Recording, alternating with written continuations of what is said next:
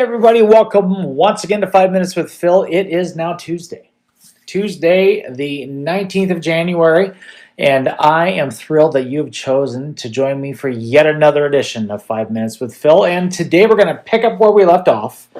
We are talking about this fishing trip that Peter took that he probably should not have, because he had left fishing behind in order to follow Jesus. And all of a sudden now he's at this point where he returns to something that he left behind before he even became committed to following the Lord. And we've been talking about that and what happens when that happens. Now, Jesus has stood on the shore. As of yet, they don't know it's him. They throw their fishing net on the right side of the boat. They haul in this huge catch of fish. I want you to take a look at verse 7 and 8 and look what happened after that. There's a lesson here, again, that we need to learn. Here's what it says. This is after they've caught the fish. Verse 7 says, "Then the disciple whom Jesus loved said to Peter, 'It is the Lord.' And as soon as Simon Peter heard him say, 'It is the Lord,' he wrapped his outer garment around him, for he had taken it off, and he jumped into the water. The other disciples followed in the boat, towing the net full of fish, for they were not far from shore, about 100 yards. What's our lesson here? Okay.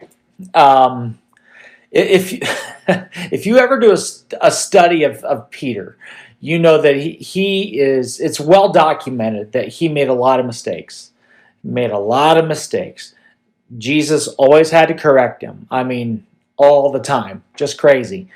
And something tells me that Peter thought, oh, wow, I did not expect Jesus to show up while I was fishing. And when it's finally revealed to Peter that Jesus is there, what did Peter do? This time, he makes a great step. What's he do? He gets as close to Jesus as he possibly can. Now, don't miss this. Don't miss this.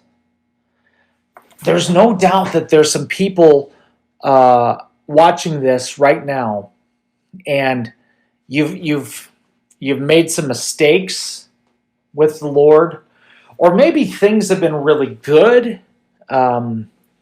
Whatever the case might be, but when you recognize, hear this, when you recognize the presence of Jesus, it's time for you to make a move closer to him.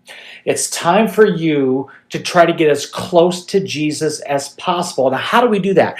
We do that through our worship of Jesus. We do that through our prayer to Jesus. We do that by reading his word. We do that by trying to get from where we currently are to as close to him as we can. And what I admire about Peter, as soon as he knew it was Jesus, and again, Peter was always acting like real quick, right? What I appreciate about Peter is that he did not hesitate. Put his outer garment on, his coat, whatever we would say, and he jumps in the water and he makes that trek towards Jesus. Can I ask you, when's the last time that you have made a serious advance towards Jesus? When's the last time that you could point back and say, you know what? It was at that moment that I came closer to the Lord. But now I'm due for that to take place again. And regardless of what's in your past, maybe you've not been the most faithful person to the Lord as you can possibly be. Maybe you've just kind of hung in there. But I'm reminded of this scripture that says, if we draw near to Jesus, he draws near to us. And so any step you make towards Jesus, he will honor that. I want to encourage you today, no matter where you're at in your spiritual life, no matter what your resume is spiritually or how experienced you are, whether you've been around Jesus for a short time or maybe for a long time, get out of the boat and make a step towards Jesus. He will honor that. All right, my time's up. I got to let you go. I want to thank you for joining me here today. We love you. We'll catch you tomorrow. Take care. Goodbye.